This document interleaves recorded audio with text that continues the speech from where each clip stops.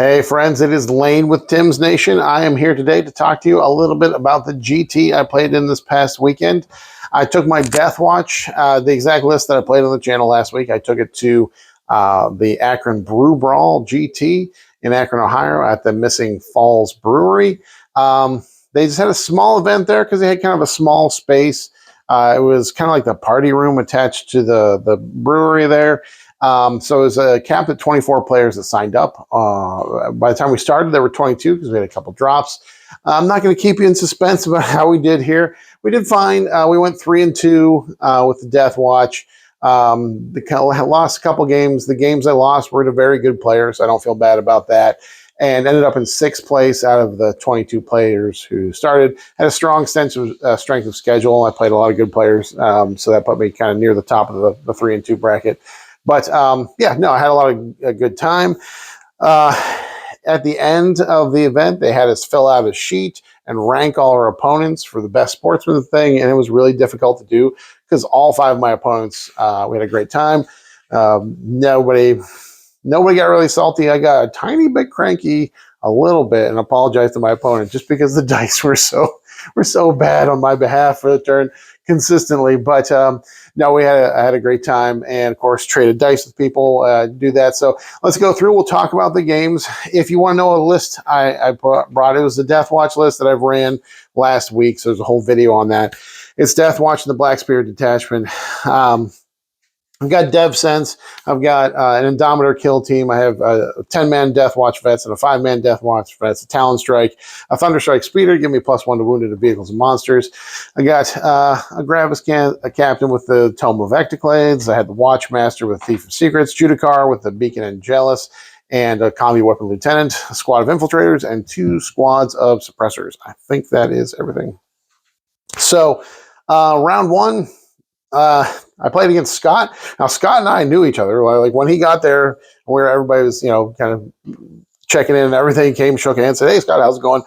Scott and I have never played each other, but we just bumped into each other at a bunch of these tournaments in the area. So it was our first time getting to play each other, which was great. He had Necrons and the Hypercrypt. Had a lot of big stuff. He had the Silent King. He had 2 Satans, the Nightbringer and the Void Dragon. He had 2 DDAs that Doomsday Arcs, 2 Doomsday Arcs, some other scoring units, that sort of thing, and it was a good game. I got my scores here. I'm going to have to check my scores and everything. Scott and I had a good time. Ended up being 90-67. Dice did, he made a lot of his 4-up invulns early in the game, and I thought I was in trouble. But then he shot 2 DDAs into my 10-man DeathWatch vet squad, thinking he was going to take an objective from them, and he just rolled really low on his number of shots, didn't hit or wound very well, even though he's hitting on 3s, wounded on 2s, just didn't roll very many. And I had 4 storm shields in there. I think only 2 Marines died from the shooting from 2 DDAs at them, which I was a little sad about my dice on the turn before, but then he was just like, "Oh no, that's bad," because Dev Sense stepped out and picked up 1. The DeathWatch vets went in and picked up the other one, kind of turned the tide there for me. So, no, it was a great time. In the Xenos armies, my DeathWatch vets get full rerolls to hit, which is really big. The Thunderhammers hit hard in that matchup because like the DDAs are toughness 8 or 9.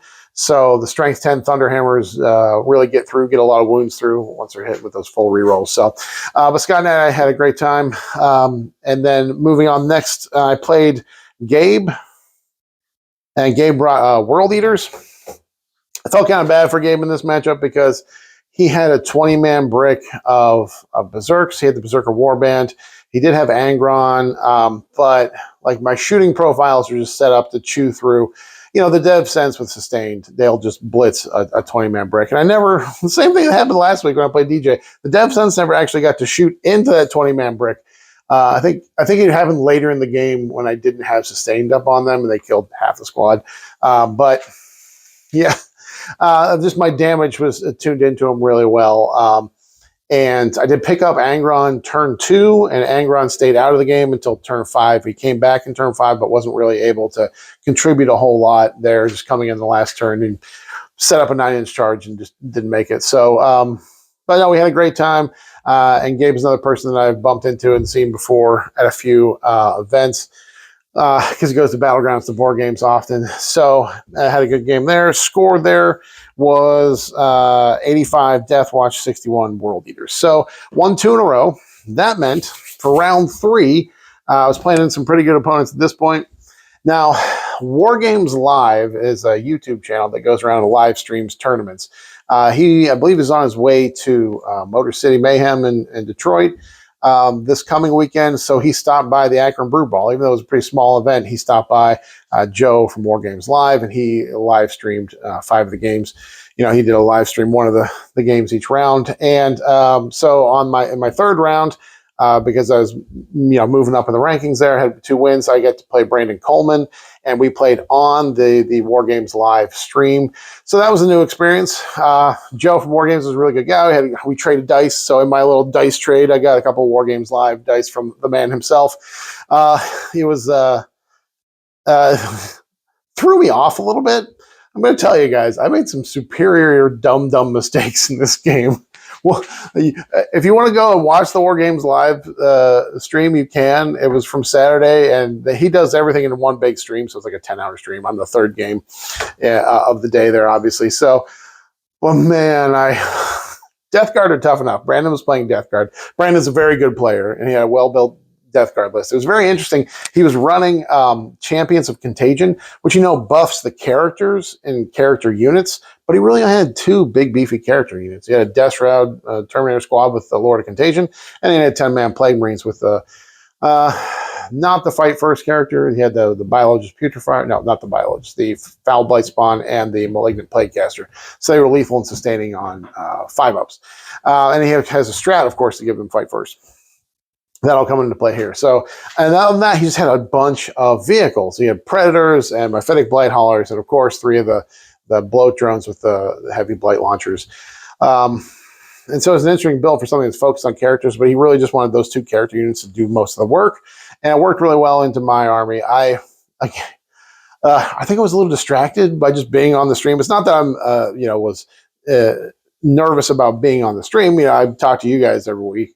No problem. No nervousness there. I'm pretty cool about that. But the whole setup was like, I'm used to rolling my lane dice. I got my little score sheet. I got my cards that I draw, everything on paper and other electronics. It's like, well, you got to roll my dice because they show up on camera, and it's War Games Live. And then you got everything in the computer screen for drawing cards and entering your scores and all this stuff. And man, during deployment, I had my lone op lieutenant, and I have my squad of infiltrators in my hand. I'm thinking who I'm going to put down first, where I'm going to put. And then I put the infiltrators down right out in the open. They don't have a scout move. They don't have lone op. But for some reason, my brain just, lone op lieutenant, infiltrators. I guess these guys have lone op too? They did not. If I had put them over here, infiltrated them on an objective, I had one that was where I could put them behind a wall and they couldn't be seen. I wouldn't have won the game, but it would give me another 20 points. Because, spoiler, Brandon beat me pretty good by 50 points maybe. It was a rough time. Let's see here. Yeah, 93 to 44. So he beat me by 49 points. Yeah, so starting off, I just threw my infiltrators out there, and they would have been so useful hiding somewhere because blocking out the Death Shroud's 6-inch deep strike would have been huge in this game. And I just threw them away. I don't know, just brain not working. And then later on in the game, I had some suppressors off my home field objectives and the Indomitor kill team on there. And it's in my opponent's turn, and I'm like, oh man, I want to uppy downy this Indomitor kill team, but then I leave my home field objective. I don't score primary. You know what I'm going to do? I'm going to wrap and ingress the Judicar squad. I'll put a couple guys on the objective so I control it, and they'll be set up to make a charge next turn. Lane, that's what you're going to do. And then I put them all on the table and didn't put anybody on the objective. If it was a friendly game, I would have asked my opponent, oh, is it all right if I move a couple guys over here? But, at this point, we're essentially playing top table. I'm not going to ask for a take back or something. So it lost me 5 points there. But no, the big mistake was throwing away my infiltrators because the 12-inch deep strike deny, with them hiding behind a wall, would have meant I could have put things there, shot at stuff, and been safe from the close range deep strikes from the Death Shroud. Anyways, and then the dice were just guys, I don't want to complain about the dice, but people watching on the stream were like, oh yeah, the dice were bad. Zach was at home, friend of the channel. Zach was watching from home on the channel. It's like, yeah, your dice were really bad. Yeah, I put the Dev Sense into a bloat drum. Nothing. I was happy that most of his vehicles only have 5-up involves. The bloat drones and the Myphitic Blight Howlers didn't matter. First time I dropped my Dev Sense in, gave him sustain, blasting away. Just made like all the 5-up involves. Had 4 wounds with the last cannon. Made all 5-up involves. Just bounced right off of them. Again, not that it would have swung the game. Not saying that I would have won if things had gone differently on the dice. Combined with my mistakes and some sour dice. And the fact is that Death Guard are just really good. I feel like the Death Guard big hitting units, like the Death Shroud, are pretty reasonably pointed. But there's the fact that they can throw in so many cheap vehicles that do a fair amount of damage, but can go out and be on objectives, go do actions if they need to. The rest of the time, just pouring extra damage in. Makes it a really effective army. It was really difficult to deal with. So Brandon played very well. I was glad to be on the stream. Wish I could have put a better game up, put up a better fight for the stream. It was kind of interesting. Some people recognized me. Some people who were watching the War Games live stream recognized me from Tim's Nation here. Someone made a comment on the video. I think some people brought it up in chat. So it was kind of neat that I'm a teeny tiny little bit famous on the internet for Warhammer, and that's very exciting. So it was kind of cool that somebody, had recognized watching the War Games live stream, recognized me from this channel. So thanks guys for watching. I definitely appreciate it. Any shout out like that, it makes me feel good. That's why I like doing this. So yeah, that was day 1, 2-1. Came back on day 2. First person I had to play was Jimmy, and Jimmy was running Tyranids in the I'm going to forget the detachment. It's the one where they can choose to either do lethals or sustained. Of course, because my whole army is infantry. Yeah, he chose sustained, of course. Jimmy's a very good player. There was just too much durability in that list. He had 2 of the Norn emissaries on the table that were on their objectives. They've got 5-up feel no pains. He had the Hive Tyrant that had the 5-up feel no pain enhancement. He had the Strat that gives a 5-up feel no pain. Too many just high toughness, durable models with 4-up invulns and 5-up feel no pains. And again, he played it very well. And again, there's just too many times when those Dev Sense just bounced off what they're shooting at. Put the Dev Sense with sustained into a Maleceptor, and it takes 3 or 4 wounds. Like, oh, that's very sad with those 4-up invulns. I swear, with all the 4-up invulns out there, I'm going to build another DeathWatch, Devastating Wound list, maybe in Librarius, because I'm tired of people making saves, guys. Tired of it. But no, Jimmy was a good guy. Of course, he's a really good player because he had won that round. He went and played at the top table. So it was him and friend of the channel, Josh, who were on the top table at the end in round 5. So let's see what the score was. There was another brutal loss, guys. It was tough. My rankings were good because my strength of schedule was strong because I played good players. But the loss to Jimmy was 98-48. So he beat me by an even 50. Just couldn't put up the damage there. I did eventually chew through some of his army, but it was just so many between the 4-up invulns and 5-up feel no pains. It's so hard to chew through those things. And he played it very well. He put everything up front and in the middle of the table that I didn't want to deal with. Like the exocrines that didn't have invuln saves were kind of hiding in the back. And the thing was, a couple of people made comments like, oh, you should take more Indomitors, not the Dev Sense. So the Dev Sense have range, 36 inches and 48 on the last cannons, where the Indomitors and the Talon Strike, you can up be downing them, but most of their guns are just 18-inch range. You have a Strat to give you a little bit more range, but sometimes it's just not enough, and you're not able to shoot into the things you want to shoot into. So I definitely felt that because he was blocking me out and making me engage all the stuff with the more durability. So yeah, Jimmy went on to play at the top table. And then my last game was into Garrett, who was Gabe, round 2's brother. I think they're twins, so I played into the twins. Again, both these guys show up at Battleground Support Games, so and Garrett and I had played once before.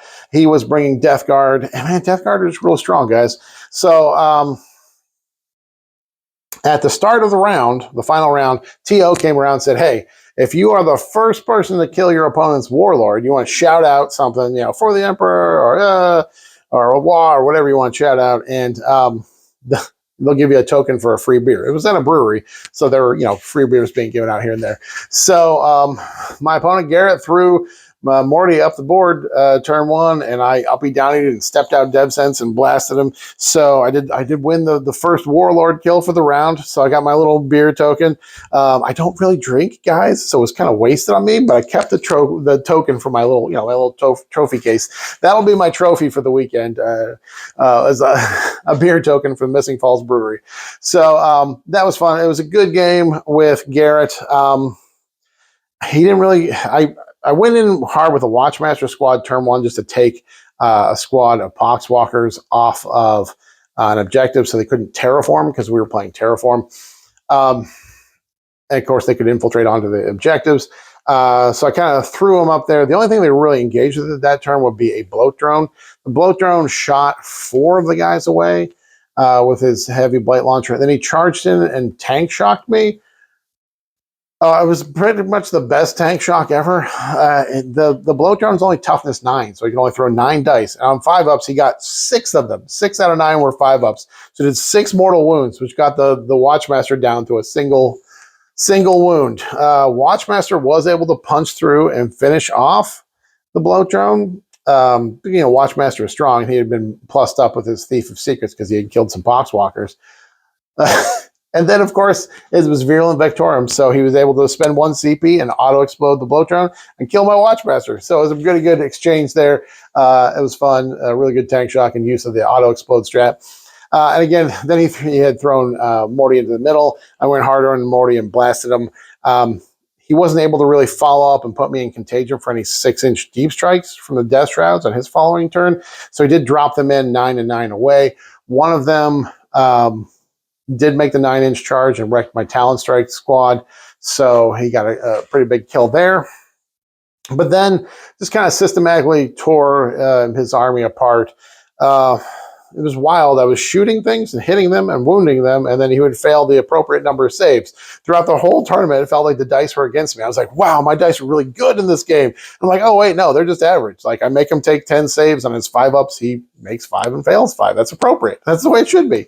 So I was very appreciative of Garrett rolling average dice and me rolling average dice. There was an exchange near the end, and he took the neg-1 to hit, which was a pretty good contagion to take against me because those DeathWatch Thunderhammers can really do work into Death Shroud because even if they do the damage reduction, they're still going from 3 to 2, so still doing some work. So the DeathWatch Thunderhammers were hitting on 5s, but I did pop off my lethals and picked an Oath target. That was one of the Death Shrouds, and I got like out of 12 Thunderhammer attacks, I got like 8 or 9 lethals. So I got 8 or 9 6s with the rerolls. So spiked the damage there. Was able to chew through his army. Still, man, Death Guard are tough.